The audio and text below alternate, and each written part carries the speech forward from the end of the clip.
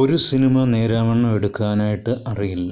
കയ്യിൽ നിന്ന് എല്ലാം പാളിപ്പോയി എന്ന് ഉറപ്പാകുമ്പോൾ ഉള്ള ഒരു പരിപാടിയാണിപ്പോൾ മറ്റു ഭാഷകളിലായിരുന്നു ആദ്യം ആരംഭിച്ചതെങ്കിൽ ഇപ്പം മലയാളത്തിലേക്കും ആയിരിക്കുന്നുവെന്ന് നമുക്ക് നിസ്സംശയം പറയാൻ കഴിയുന്നു.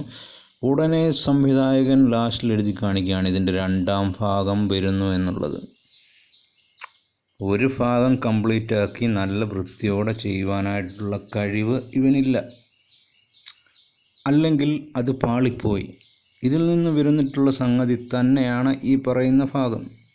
ഉദാഹരണത്തിന് തന്നെ മലയാളത്തിൽ എടുത്തു കഴിഞ്ഞാൽ വാലിബൻ എന്ന് പറയുന്ന സിനിമ, അത് ആദ്യം തൊട്ട് അവസാനം വരെ സംവിധായകൻ കാണിച്ചു തന്നു.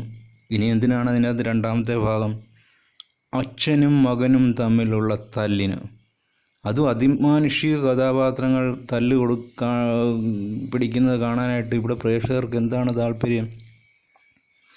ഇനിയും ടർബോ എന്ന് പറയുന്ന സിനിമയിലേക്ക് വന്നു കഴിഞ്ഞാൽ ആ സിനിമ മുഴുവൻ മമ്മൂട്ടിയുടെ സ്റ്റണ്ടിലൂടെ തന്നെ ഏതാണ്ട് കുട്ടികൾ ഗെയിം കളിക്കുമ്പോൾ അതിലെ കാർട്ടൂൺ കഥാപാത്രങ്ങളെ കുട്ടികൾ തമ്മിൽ തല്ലിക്കുന്നത് പോലുള്ള കാര്യങ്ങൾ തന്നെയാണ് മമ്മൂട്ടിയുടെ സ്റ്റണ്ട് എന്നുള്ളത് കാണുവാനായിട്ട് സാധിക്കുന്നുണ്ട്. ആ സിനിമയുടെ സ്റ്റണ്ട് എടുത്ത് നോക്കിക്കഴിഞ്ഞാൽ അറിയാം, ശരിക്കും കാർട്ടൂൺ വർക്കുകൾ, അതായത് കമ്പ്യൂട്ടർ ഗെയിമിൻ്റെ വർക്കിലൂടെയാണ് അത് ചെയ്തിരിക്കുന്നതെന്ന് വളരെ കൃത്യമായിട്ട് മനസ്സിലാക്കാൻ കഴിയും. അതും ഇതുപോലെ തന്നെ അവസാന ഭാഗം വരുമ്പോൾ അതും രണ്ടാം ഭാഗം വരുന്നുവെന്ന്. എന്തിന്?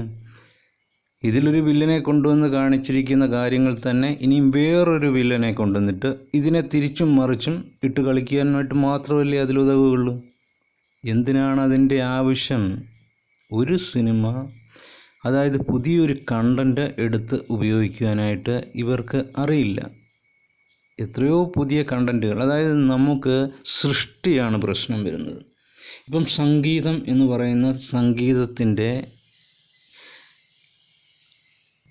സൃഷ്ടി, അതുപോലെ കഥ ഒരു സൃഷ്ടിയാണ്. കഥയ്ക്ക് നമുക്ക് സംഭാഷണമോ തിരക്കഥയോ ഒക്കെ എഴുതാം.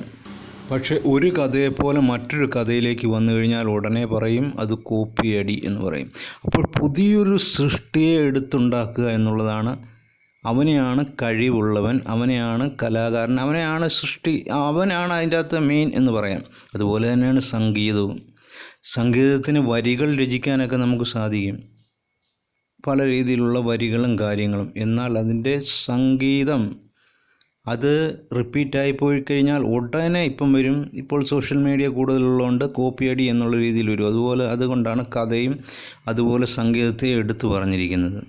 അതുതന്നെയാണ് ഇവിടെ സംഭവിക്കുന്നത്. സംവിധായകർക്കോ തിരക്കഥാകൃത്തുക്കൾക്കോ അല്ലെങ്കിൽ ഒരു സിനിമ സൃഷ്ടിക്കുന്ന വ്യക്തികൾക്കോ ഒരു പുതിയ സൃഷ്ടി ഉണ്ടാക്കുവാനായിട്ടുള്ള കഴിവില്ല. അവൻ എങ്ങനെയെങ്കിലും ഒരു നിർമ്മാതാവിനെ വളച്ചെടുക്കും. ഇപ്പോൾ തന്നെ ലോട്ടറി അടിച്ച ഒരു വ്യക്തിയുടെ കാര്യം നമുക്കറിയാം. ഇത്ര കോടി അടിച്ചപ്പോൾ ഉടനെ തന്നെ അവൻ്റെ അടുക്കിലേക്ക് വരികയാണ്, ഞാൻ സിനിമ സംവിധാനം ചെയ്തു തരാം. അപ്പോൾ അവരുടെ ഉദ്ദേശം എന്ന് പറഞ്ഞാൽ എന്തെങ്കിലുമൊക്കെ കാണിച്ച് തട്ടിക്കൂട്ടി, അതായത് ഇവർക്കെല്ലാം അതിൻ്റെ അകത്ത് ശമ്പളം കിട്ടുമല്ലോ, നല്ല രീതിയിലുള്ള വേതനം കിട്ടും. എന്നിട്ട് എന്തെങ്കിലും ഒരു വിഡ്ഢിത്തരം കാണിച്ച് അത് തിയേറ്ററിൽ എത്തിക്കുക, അവൻ്റെ പരിപാടി കഴിഞ്ഞു. ബാക്കി നിർമ്മാതാവിന് ആ കാശ് മുഴുവൻ നഷ്ടപ്പെടുകയാണ് ചെയ്യുന്നത്. അതിൽ പ്രവർത്തിച്ച എല്ലാ വ്യക്തികൾക്കും, അഭിനയിച്ചവരടക്കം കാശ് കിട്ടും. അപ്പോൾ സംവിധായകരോ അല്ലെങ്കിൽ അതിൻ്റേതായിട്ടുള്ള കുറേ ശിങ്കിടികളായിട്ടുള്ള വ്യക്തികളോ ഏതെങ്കിലും ഒരു സിനിമ തട്ടിക്കൂട്ടിയിട്ട് ഇനി അടുത്ത കണ്ടൻറ് ഇല്ലെങ്കിൽ നിർമ്മാതാവിനെ വീണ്ടും ചാക്കിലിടാം, അടുത്തതിലൂടെ ഞങ്ങൾക്ക് നിങ്ങൾക്കുണ്ടായ നഷ്ടം നികത്താൻ സാധിക്കും എന്നുള്ളത് കാണിക്കാൻ വേണ്ടി അവർ രണ്ടാം ഭാഗത്തിലേക്ക് ഇടുന്നു. അവർക്ക് പിന്നെയും ഒരു വർഷം ഈ നിർമ്മാതാവിൻ്റെ വകയിൽ എല്ലാവരും കഴിഞ്ഞുകൂടി, ഇനി അടുത്ത വർഷവും കൂടി ഈ നിർമ്മാതാവിനെ ചാക്കിലിടാം എന്നുള്ള ആശയത്തോടു കൂടിയുള്ള ഒരു ലെവലാണ്. എന്തൊരു വിഡ്ഢിത്തരമാണ്, എന്തൊരു വിവരമില്ലായ്മയാണ്. ഒരു സിനിമ തന്നെ നേരാവണ്ണം സൃഷ്ടിക്കാൻ കഴിയുന്നില്ല.